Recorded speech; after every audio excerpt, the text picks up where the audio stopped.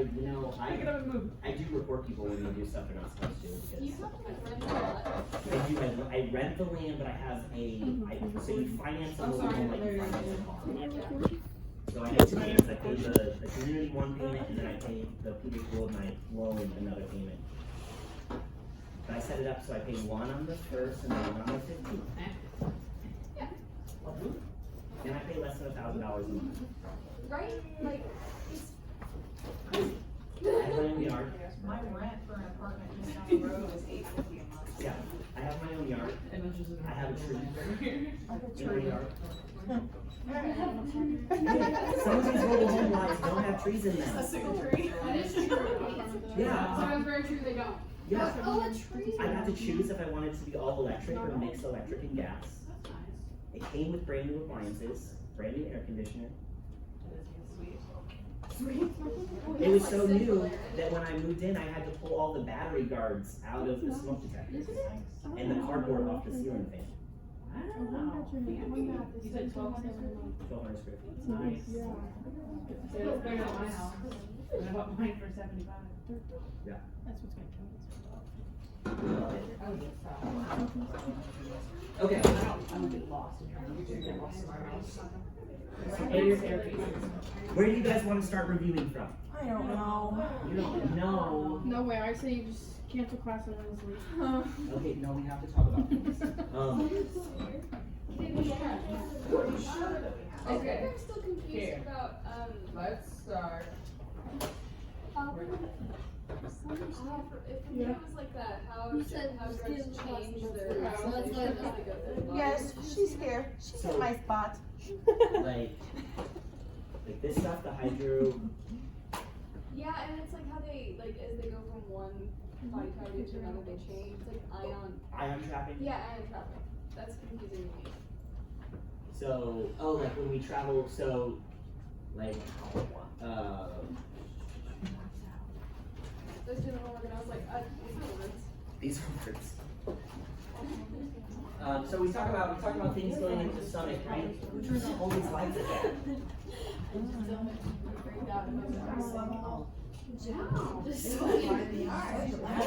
Earlier. Whoa. Because no one can see the PowerPoints in this room when all the lights are on. No, it's the bright lights on here. Okay.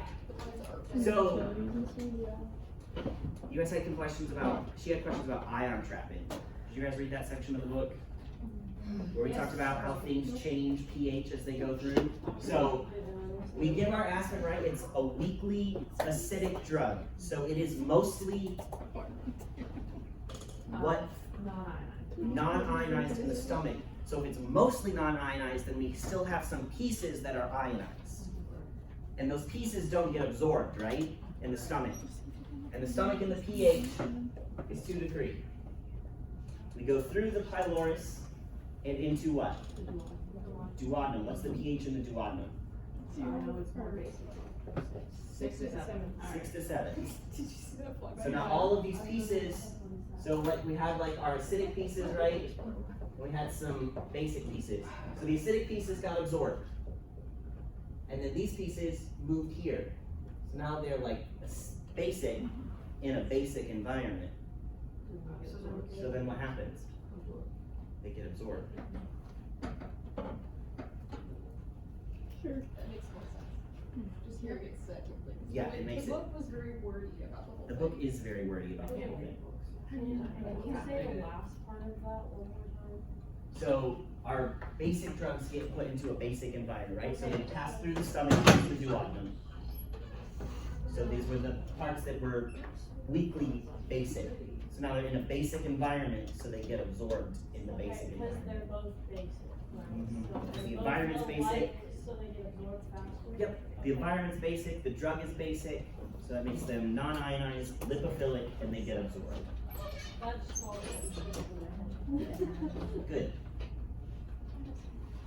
So we made it through distribution, right? Talked about membrane permeability. So there's little fenestrations that allow drugs to move in and out. We see those here. So we see them in the walls of the capillaries, because capillaries are only one cell layer thick, right? So what kind of drugs make it out of here?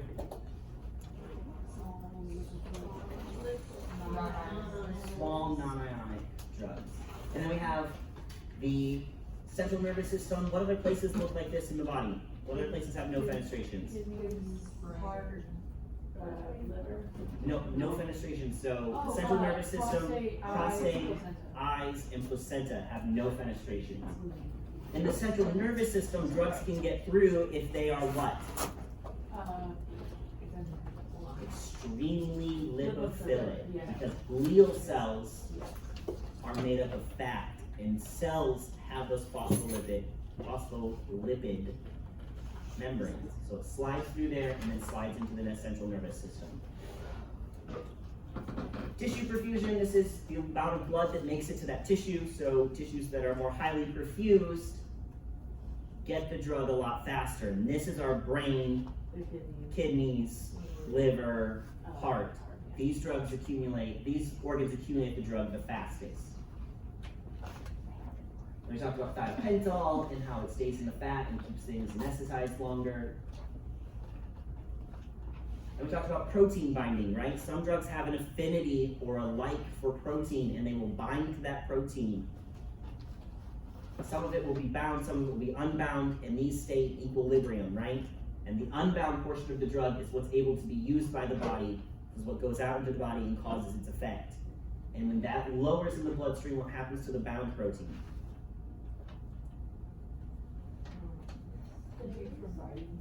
It releases from the protein and makes it back in equilibrium again. So, right, we've got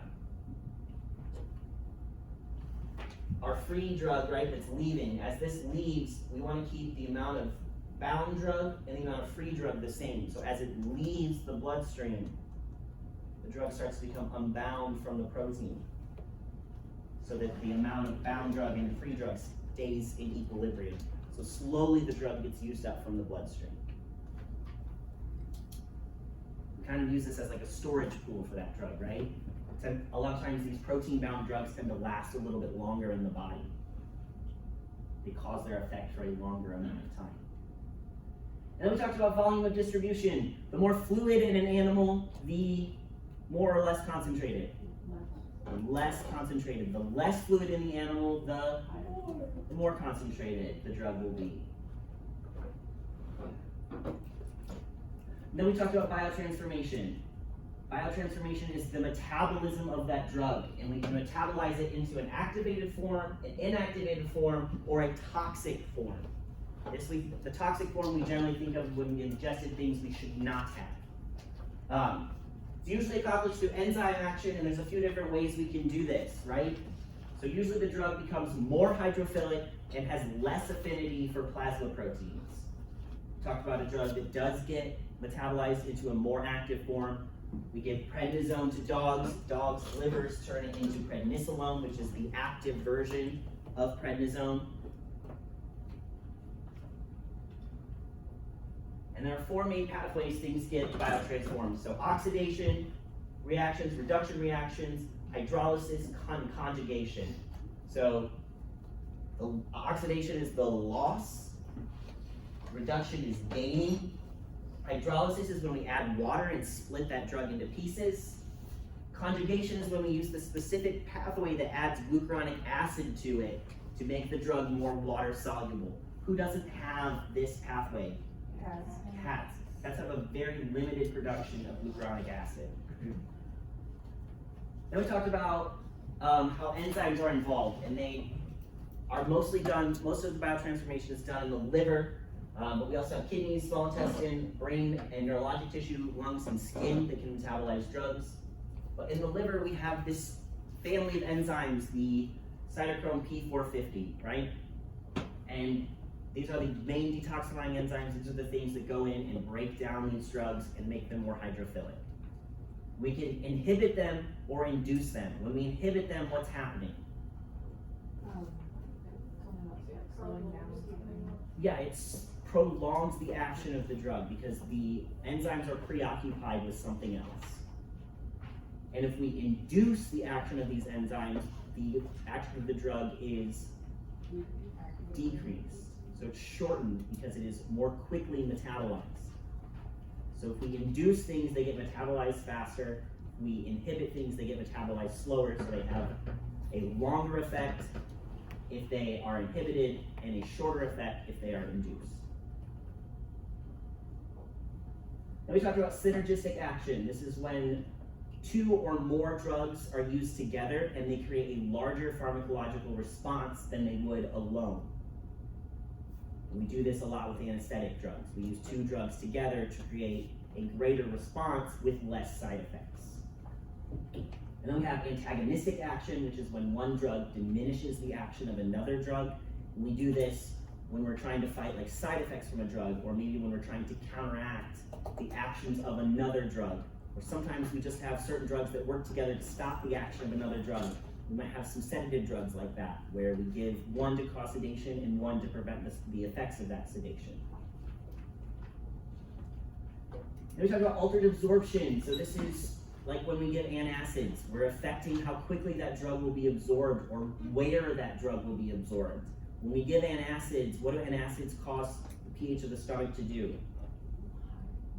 They increase the pH in the stomach. So if we have an acidic drug that we want to be absorbed, is it going to be absorbed in a more basic environment? No. So we need to be careful when we're using antacids around other drugs. The general rule of thumb is we give antacids 2 hours separate from any other drug to avoid causing problems. We also have competition for plasma proteins. So multiple drugs have affinity for plasma. One will always have a higher affinity for that plasma proteins. And what happens is they displace the other one. So we end up with more free drug of the second one, and we cause toxic levels of that drug. Because we're normally expecting it to be bound to protein, but it doesn't have a place to bind because another drug is in its place. So even though we gave the right dose, because it didn't bind to that protein, we get toxic levels. With me? Then we have altered excretion. So some drugs will act directly on the kidney and they will cause the kidneys to get rid of other drugs faster. When we use diuretics for this, they'll remove drugs faster. We may use this when we're dealing with a toxic drug that we want to get out of the body as fast as possible. And then we have altered metabolism, which is when two drugs use the same pathway for metabolism, and so each drug is metabolized a lot slower because they have less enzymes to metabolize them. So we get something called saturation, is when we have too much of that drug in the body for too long. And then we can have drugs that just induce their own metabolism. We specifically talked about phenobarbital. Every time we give phenobarbital, the body learns how to metabolize it faster and faster and faster. And so the body doesn't get a response from it anymore, right? So we give the phenobarbital, it goes to the liver metabolizes too much of it, and then that drug doesn't make it into the therapeutic range. So with drugs like phenobarbital, drugs that do this, we monitor their levels to make sure enough of it is making it into the bloodstream to cause its effect. The other thing we have to do with phenobarbital is we have to monitor liver values because we are constantly making the liver work harder and harder and harder. So we also have issues with the liver. The liver can be impaired, or in our young animals, it's just not mature enough. It just doesn't produce enough enzymes to break drugs down. Same thing happens with liver damage. So these two types of patients need lower dosages to get the same effect because their liver just can't handle getting rid of large doses of these medications. NSAIDs is a really common drug like this. As our animals age, they lose the ability to break down NSAIDs. There's less enzymes available to break down these NSAIDs, so we have to give lower and lower doses and choose other medications that the body can handle easier. We see this a lot with our arthritis patients. We get to a point with our arthritis patients where we can't give the same amount of NSAIDs because it's affecting their liver or their kidneys, so we have to choose a different medication. Then we talked about tolerance. So we get tolerance because of repeated drug use. So what can happen is the active form of this drug is metabolized a lot faster because the body gets better at metabolizing it. So the body metabolizes it faster and faster each time it's given, and the drug becomes less effective. This is what's happening in people who have opioid addictions. Their body gets better and better at metabolizing it. It doesn't last as long, so then they want more of it, right? So that's metabolic tolerance. And then we talked about cellular tolerance, right? Cellular tolerance is when these cells get so used to having that drug around that they stop making receptors for it. Stop making as many receptors for it because they don't need to grab as much of it as they can. It's just always there.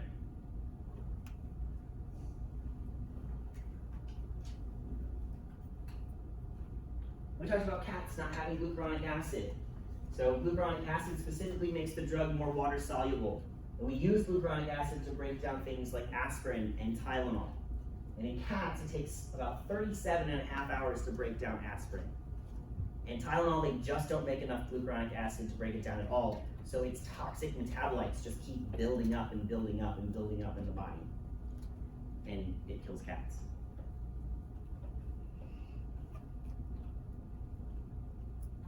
And we talked about drug, this is what we talked about yesterday, right? It was drug elimination. So this happening in the kidneys and the liver for the most part. In the kidneys, babies are dependent on GFR and tubular filtration, so glomerular filtration rate and tubular filtration. So things that make it get filtered out in glomerular filtration are these non-selective, small particle, non-ionic, non-protein bound drug. It goes right on through, right? Active transport happens in the convoluted tubules, and this is when drugs will be either pumped into what's to be excreted or pushed back into the blood supply, right? They either get moved into the urine or out back into the blood supply. We talked about specifically penicillins. What did we talk about with penicillins?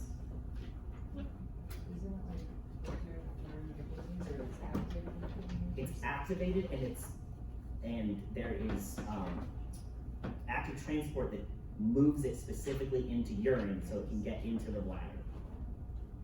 So it is moved into urine to make it into the bladder, and it stays, it's not metabolized at this point, it's still in its active form.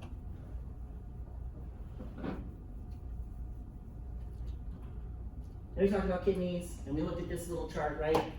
So we have things that get filtered out, drugs go through into the proximal convoluted tubules. Some of them are moved in through active transport. We go down the loop of Henle. Drugs that are highly lipid soluble get reabsorbed in the loop of Henle. They go back into blood supply. Everything else finishes its way out. There are some drugs that get moved into, in the distal convoluted tubules, they get moved into urine, but then they go to the collecting ducts, which leads to the renal pelvis, which eventually makes it to the bladder, and then out of the body. We also talked about urine pH affecting the rate of drug excretion. So drugs that are weak acids tend to be excreted better in more basic urine. And drugs that are weak bases tend to be excreted better in more acidic urine. And why is that? We put an acid in a basic environment.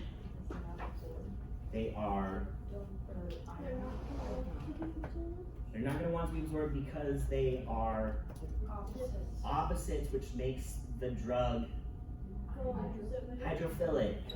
So it wants to stay in the fluid, right? Yeah. It wants to stay in the fluid that is the urine. Okay. So it doesn't get absorbed, it wants to stay in the fluid. It dissolves in the water that is urine. Yes? It would get reabsorbed in the loop of Henle. Yep, it would go back into the body in the loop of Henle.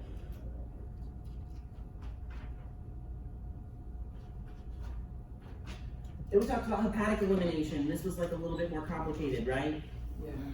So blood gets filtered back in, all the blood goes back through the liver again, right? And hepatocytes are where these enzymes, where these drugs are broken down.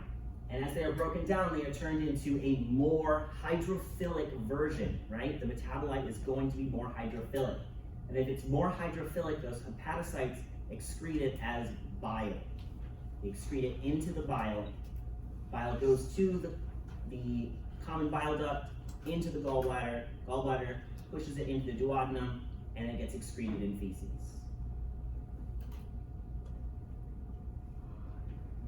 Right? You with me? Talked about hepatocytes before. If the drug is lipophilic, it just goes right back to the liver, right? Yes. It gets excreted into bile, and it's lipophilic, it gets reabsorbed back into the portal circulation, goes right back to the liver gets to deal with it again.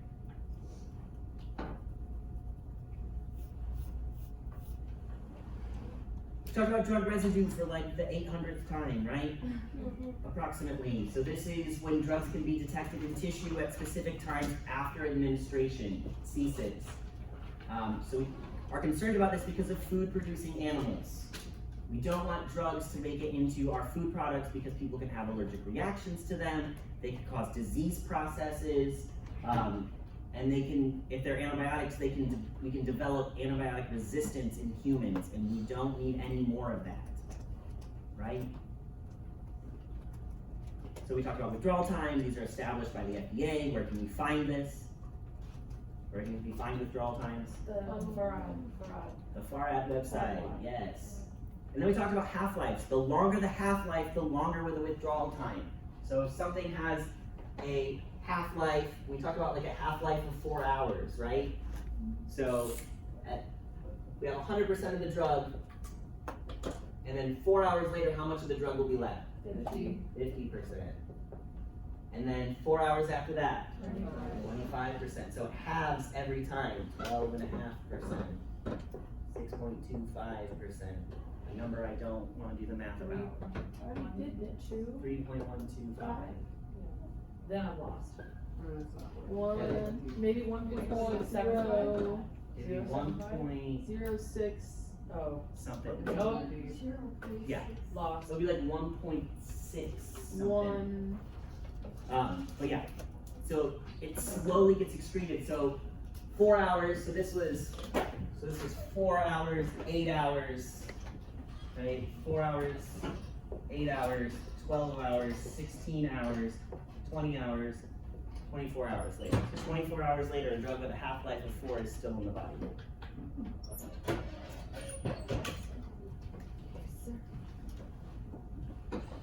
And then we discussed steady state, right? This is the point at which accumulation of the drug and excretion of the drug is equal. It's happening at the same time. It is balanced. So we talked about it taking about 4 to 5 half-lives for that to happen. So if we have a drug with a really long half-life, we generally use something like a loading dose to get it up into that effective concentration, right? We want it to be in the therapeutic range to cause its effect, and then we choose maintenance doses. We talked about some patient factors that can affect this. So what things can affect this? Age, hydration status, disease process, and low protein levels, absolutely. So we saw this new chart, right? So we give our first maintenance dose, and we haven't quite reached steady state, right? Give another dose, say 8 hours later, and it goes up a little bit higher, right? Because we're constantly building the drug up in the system. Give another dose 8 hours later, builds up even more. 8 hours later, more, 8 hours later, and then this 6th time we gave the dose, we've reached this steady state. So we're giving the drug, and the drug is being eliminated at the same rate. So we end up with these steady state peaks and these steady state troughs. This is why it's important to take your medication on time and not forget.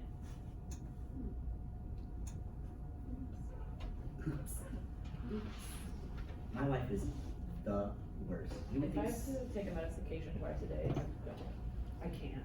I can't. I'm supposed to take Boost-R twice a day, and I don't. I'm happy that my process only once. What? My mom's also on this part, she does not take it twice a day. My wife takes it 3-ish times a day. We did. Yeah.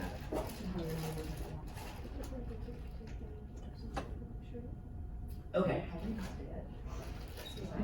So when we are talking about measuring drug action, right? We're looking at a bunch of charts. We're looking at how the drug builds up and how it leaves.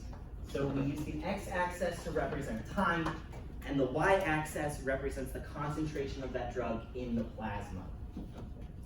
The onset of action happens when the drug enters the plasma until it reaches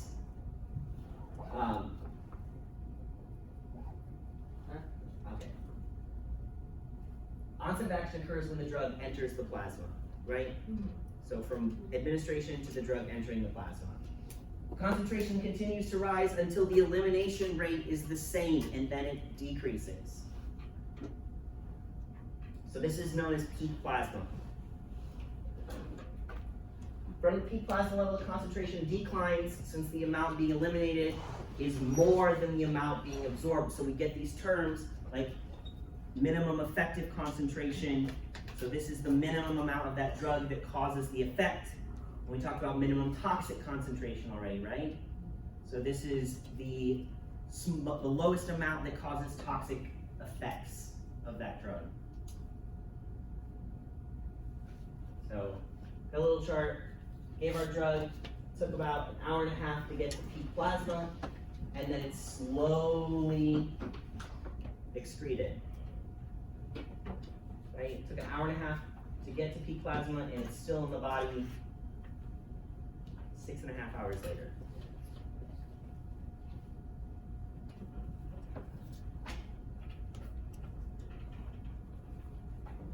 What kind of drug might this be? An IV drug, right? And it's immediately at peak plasma. And we give IV drugs, they immediately go into the plasma. So it starts out at peak plasma and then it is only eliminated, right? It never has to build up. It is just in peak plasma and then eliminated. This is another chart showing steady state, right? You can see it takes about 1, 2, 3, 4, 5 doses for it to reach steady state. But you can see that after 1, 2, 3 doses, it made it into or above minimum effective concentration. But it took a full 5 doses for it to stay consistent. Then you can see after their like 7th dose or 8th dose, they stopped taking it.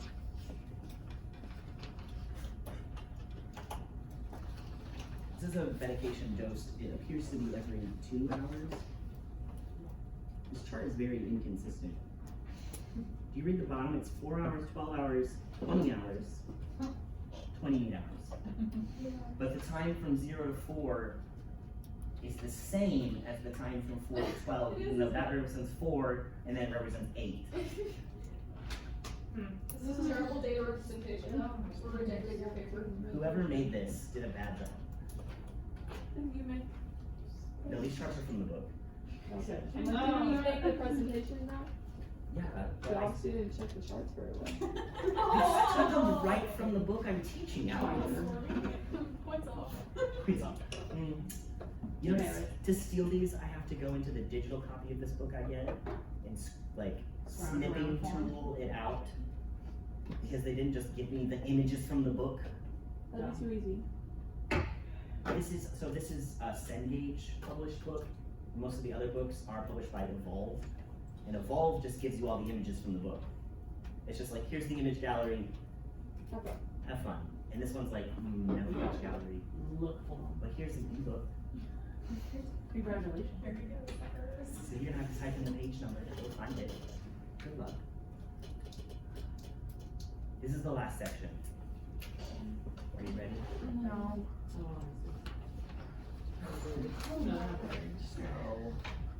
Drugs work in a variety of ways. So they can alter existing cellular functions. So like antibiotics slow the growth of bacteria. They actually work on the bacteria themselves. Laxatives increase the rate of peristaltic action in the GI tract. So they work on the cells in the GI tract. There are drugs that alter the chemical composition of body fluids. So like antacids, they actually change the pH of the stomach. Drugs will accumulate in certain tissues because of their affinity for something in that tissue. So gas anesthetics have a really high affinity for the lipid portion of nerve cell membranes. So it builds up in these nerve cell membranes. And that's how they cause their effect. Drugs can also form a chemical bond with specific components on target cells. We call these receptors. So this is the most common way drugs act. They act on specific components and they're called cell receptors. So these drugs bind to cell receptors and they can cause the cell to either do something or not do something. So they're located on the surface, they're in the cytoplasm or within the nucleus of cells. So either it can be right on the surface of the drug, it can be in the cytoplasm, or right on that nucleus. And they have a finite number of receptors. There's only so many receptors on each cell. And not all cells have receptors for all substances. This is how we can target specific things. We target specific receptors for that type of cell. But a lot of them have multiple receptor sites. So multiple types of drugs can work on the same types of cells. If the drug combines, it does one of three things. It opens or closes an ion channel, so it lets something in or stops something from coming in. It can activate a secondary messenger, so it can tell that cell to tell another thing what to do. Or it can inhibit or activate a function. It will stop the cell from doing something, or it will cause the cell to do something it already does. It just might cause it to do it more. So these are like a little visual representation of these receptors. You can see certain types of the drug molecules will fit in certain receptors. So these A drug molecules fit in this receptor, the C drug molecules fit down here. You have a nice picture of that, and settling in there really nicely. It's not quite this fancy, like this simplified, but it's like puzzle pieces, right? You make a drug in a specific shape to bind to that receptor. So receptors, so affinity is the strength of binding between a drug and its receptor. So this is the strength of how well it binds. High affinity drugs bind very tightly to a receptor, and low affinity drugs don't bind as well. High affinity drugs elicit a very good response from the cell. The higher the affinity of the drug, the lower the dose is required to cause its effect.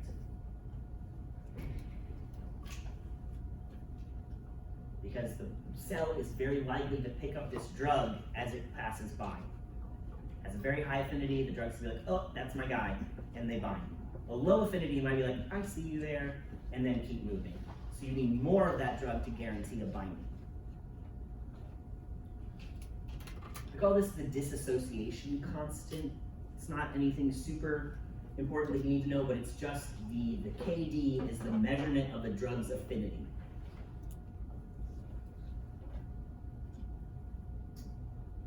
How likely that drug is to bind or not bind.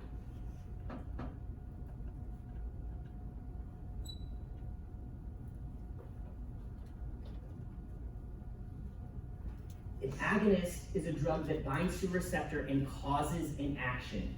So a strong agonist causes maximum cellular effect with only a few drug molecules on receptors. Weak agonists have to have many receptors occupied to cause their effect. A partial agonist is a substance that creates only a partial effect no matter how many of its receptors it's bound to.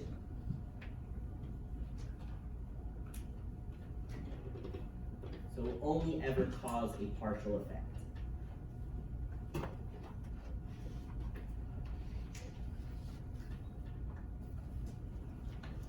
Antagonists are drugs that inhibit or block the response of a cell when it's bound to the receptors. So an agonist drug injection can be reversed by the injection of an antagonist drug. Because the antagonist will have a higher affinity, it will kick it off in some way or another and stop it from doing its thing. Yeah, we do use it in anesthetics. I have some examples in here. So we have competitive antagonist relationships where the agonist and the antagonist fight for the same receptor site. And the antagonist can be overcome by high doses of the antagonist can become overcome by high doses of the agonist. You think about this, has anyone been through like naloxone training or heard of naloxone? Naloxone is the reversal for opioids. I suggest some naloxone training. Someday you can get free naloxone at these. Someday you'll be able to save somebody's life by having naloxone around you. The opioid crisis is in full effect. It's a real thing. This is my protect yourself, protect others. Get some naloxone training. You can get it intranasal. You can get it as like an EpiPen style dose, but it reverses opioids. But with opioids, you have too high a dose of opioids in the body, the opioids will overcome the antagonist, the naloxone being given. This is why you hear about people overdosing and needing multiple doses of naloxone. You know, like you see like someone overdosing and you see like 6 ambulances outside, it's because they need more naloxone. So we call this a surmountable or reversible antagonism. Non-competitive antagonist binds to a completely different site and it changes the receptor that the agonist is bound to and essentially makes it impossible for it to attach. So this is called an insurmountable or irreversible antagonism. So it binds to and just changes that receptor, how it looks in general, and then the agonist can no longer bind to it, gets kicked off and can't do its thing. So you can see here we have an example of that. So we have, this is the drug molecule, this is the antagonist. As the antagonist binds, it changes that receptor site so the drug molecule will no longer bind to it. So it can't cause its effect at all. So an example, oxymorphone is a drug that combines with opioid receptors. It produces analgesia, narcosis, and respiratory depression. If this gets too severe, we have to reverse the drug, right? This can get so severe it kills patients. Now, veterinary patients have a really high tolerance for opioids compared to human, but we still can have situations in which it needs to be reversed. And we reverse it with the antagonist called naloxone. Naloxone is structured very similar to oxymorphone, and it combines with the same opioid receptors. So it combines with those receptors, kicks off the opioid, and stops its effect on the cell. So it completely stops what the opioid was doing. If it's given at a high enough dose, it crowds out the opioids, or the actual opioid drug, and the patient begins to regain consciousness. The problem with giving naloxone, especially if you're doing surgery, is the pain. You have a patient under anesthesia that is getting a painful procedure, and then you give naloxone, it kicks all the opioids off the receptors, and now that patient is feeling every bit of pain it wasn't feeling. So you have to use this very carefully.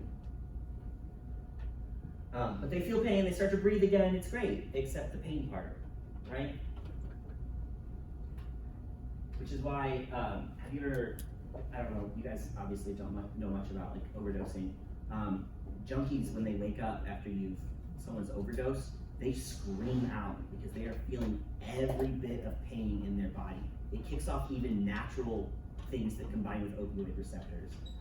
So the headache they have, the minor ache they might have in a joint, they're feeling all of it at that point.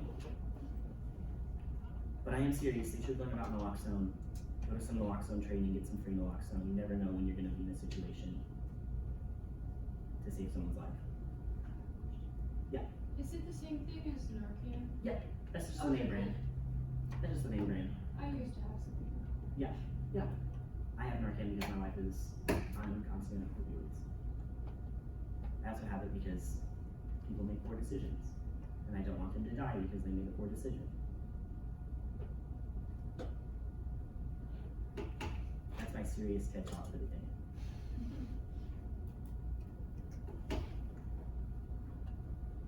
Indianapolis has a really big problem. So if you live in and around Indianapolis, it's a nice thing to have because you may be at the bar, you may be at the movie theater, you may walk into a gas station, and someone may need you. And it's free. You can have naloxone like crazy for free.